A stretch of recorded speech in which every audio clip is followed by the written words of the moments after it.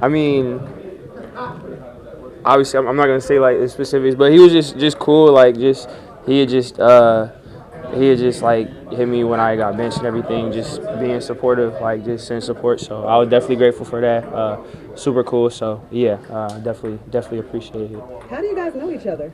Just from that, I didn't know him before that, and he just reached out. So yeah, and I've been tapped into like for a while. Like I definitely a big fan of his music and everything. Been like that for a while. So I was definitely grateful for that. The quarterback room at Bama was stacked with Hurts, Mac Jones, one other was Tua. Yeah. And so that was a couple of years before you got there. Yeah. Did that influence you all going there at all? Or? Yeah, for sure. Definitely the quarterback culture that they built at Bama. I mean, there are obviously really good quarterbacks that were there before that. But just, me growing up, those being the guys that I saw when I was closer to, like, making a decision and a more conscious football fan. The culture that they built or that they kind of just upheld and especially was there when I got there, that was definitely a big reason.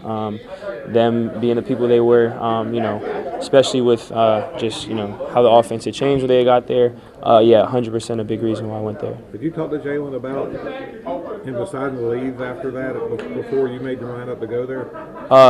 About Jalen's decision to move on and leave Bama. No, I haven't talked to him about that specifically.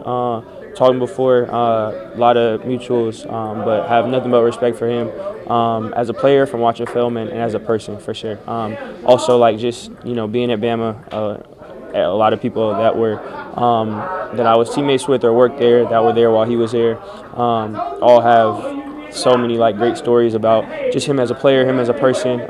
Just the mark he left at Alabama. So that whole culture was a big reason why I went there. I definitely have a ton of respect for him. Bryce, I wasn't sure if Sunday was appropriate, but I wanted to ask you about the touchdown celly that you had after the rushing touchdown. Was that the Cali thing, or what was the celly? Yeah, something like that. Yeah. It wasn't John Wall? Nah. Shout out to John Wall though. Definitely a big part of my childhood. So, but yeah. It was more a Cali thing. Yeah. Bryce, over the past few weeks, teams have really been stacking the box and trying to take away the run and really forcing you to make plays. How have you seen your confidence level in yourself and just the offense raise as you've been able to make those plays that teams are really much forcing you into? Yeah, just wanted to do what's best for take advantage of what the defense gives. I think that's something as a unit we pride ourselves in. However we can be efficient, can move the ball, and then ultimately, obviously, the goal is to win every game. So for me, I just want to do whatever it takes to do that. I have the utmost confidence in my teammates, and whatever it is that coach calls for us to execute. For me, I just want to do my part in doing that. Is there a particular throw in the last couple of weeks you're proud of? Not really. As far as I don't, especially once the week's over. It's not feeling pride about something or having an ego about something doesn't help me in the next game, doesn't help me learn and grow, doesn't help me watch film throughout the week. You look at stuff, and if something went well, you think, all right, how can I replicate it? How can I keep doing it? How can I talk to guys and make sure we can do that consistently? And then when you miss something, you look at the film to look at how you can grow and improve. So it's not really a pride thing. It's just more about how I can be consistent and grow moving forward. Are there particular things you've talked to guys about replicating? Just technical stuff. Stuff that details and little things that obviously don't want to be public knowledge of route stuff and. But again, it's nothing like, oh my gosh, that was so cool, or this is so fun. It's we all kind of have mutual respect for each other. We're all, I'm grateful to be surrounded by a lot of great players. Stuff like that. We expect to make plays, expect to be efficient, and we're all kind of just talking about details when it comes to those conversations. Coach Canales was talking about the second play, like come out of the huddle with a call, it doesn't show up, so going on to the second play. Was the Thielen touchdown the second play, and how much do you relish when the first one didn't work, now moving on, and now it's baller mode? Yeah. That's what. I know. Yeah, that's definitely a term we use. But yeah, it was that was a off the time clock starting the second play, and like you said, that's something that Coach Canales talks about a lot. We talk a lot about in our room. So it's that's part of the plan. Obviously, we want to go through the reads, and we want to make sure that we can be as efficient and throw to number one when they're open.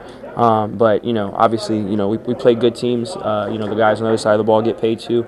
So it's competition, and when that isn't there and we're off the time clock, starting the second play is something that we work on. We emphasize a lot. We talk about, and me just want to be the best that I can be to be efficient and operate the offense is definitely something that I take pride in. Is when that time clock expires, that the alarm's going off in your head. Is that maybe where you kind of subconsciously kind of let loose and just go play? It's just it's not the goal every time you drop back is to get through reads, is to throw to number one if they're open, is to get to two, get to three. So you don't drop back hoping things don't go where things are covered. But also we work on it a lot. We talk about it a lot. So I have confidence in when that time comes to start the second play. Confidence in executing at that point too. Bryce, speaking specifically about running the ball, you're running the ball a lot more than you were last year. Do you feel more free to run more this year? Or what's that a product? Yeah, just a point of emphasis of, like you said, just we talk about starting the second play a lot, and just want to do whatever it is that is best for the team.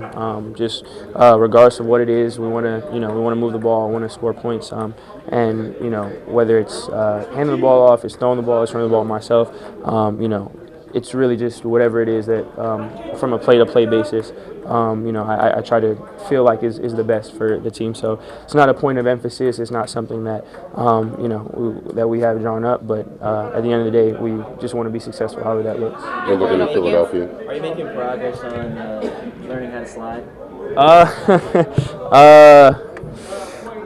We'll see. I feel like I've had some okay attempts. I've had some not great attempts. So hopefully one day I just get it right magically. So we'll see. Looking at Going Philly up this against week. one of the better defenses in the league, what are you seeing from them going to? Yeah, really good group. You could tell they play really well together. Have a lot of respect for them. They execute things really well, communicate really well, play really hard. They're playing really good football. So for us, throughout the week, we know, it's going to take everything to be at our best. We want to do everything we can to give ourselves the best shot to compete and to be at our best on Sunday, and earn the right to try to execute. But we know it's going to take everything. So that's kind of just what the thought is throughout the week. The two passes you made to Brooks, where you had somebody in your face. For you, is that a play you think you would have made last year or even early this season? It seemed like you were just more confident to make that. Yeah, I'm not a big look back and look and play what if. I try to make the best play that I can on Sundays. I've always tried to do that. We'll always try to do that. I don't really know looking back, but I'm grateful to have someone like JB.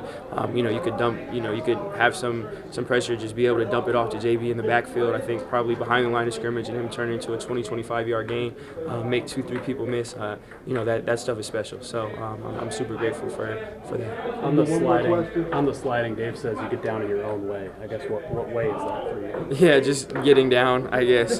Probably isn't the most conventional. Probably doesn't look the most pretty, but just getting as much yards as I can, getting down.